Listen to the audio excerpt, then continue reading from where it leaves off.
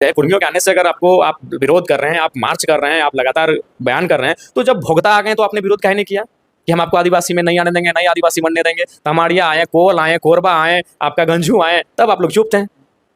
क्या कि उनकी आबादी थोड़ा-थोड़ा इसलिए आप लोग चुप थे। थोड़ा सा इनकी आबादी ज़्यादा है तो आप लोग डोमिनेट करेंगे। नहीं, अगर आप इतने ही नैतिक हैं कि हम आप अपने साथ, तो बताइए भोक्ता जो थे सत्यनारायण क्या थे, सत्यानंद भोक्ता, वो शेड्यूल कास्ट में थे, मंत्री थे, तो शेड्यूल कास्ट में थे, तो फिर आज शेड्यूल ट्राइब में कैसे आ गए? तब शेड्यूल ट्राइब में जो लोग आज हैं, जो समाज आज विरोध कर रहे हैं सड़कों में आके कुर्मियों का, आपने क्यों नहीं विरोध किया? आपसे तो सवाल बनता है कि आपने क्यों नहीं विरोध किया उस समय? तो ये केवल और केवल ये कुर्मियों को लेकर ही चल रहा है, क्योंकि 1950 से ही कुछ लोगों का बहुत कुछ है सके, उस समय जो आदिवासी नेता थे या फिर जो उसमें शेड्यूल ट्राइब की सूची में थे, सदन में थे, उनकी भी चालाकी होगी कि ये समाज थोड़ा सा प्रभाव में आ जाएगा, इस समाज में थोड़ा सा बेहतर लोगों की है, तो ये कहीं ये डोमिनेट ना करे, ये वर्चस्व ना स्थापित करे, उनका भी योगदान रहा उनको शेड्यूल ट्राइब की सूची से हटाने में। आप जो धनबाद जो सजा है उसमें भी कुर्मियों का जमीन है।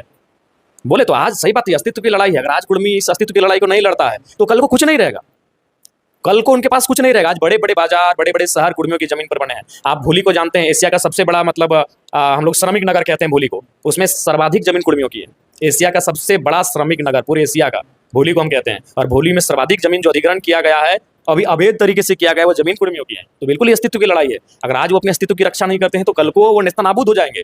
धनबाद को उदाहरण लीजिए कि कुर्मियों के साथ कितना हुआ क्या है। ये लड़ाई जो है वो जेन्युइन है, और किसी भी समाज को बीच में आके बाधित नहीं करना चाहिए। देना ना देना ये संविधान का काम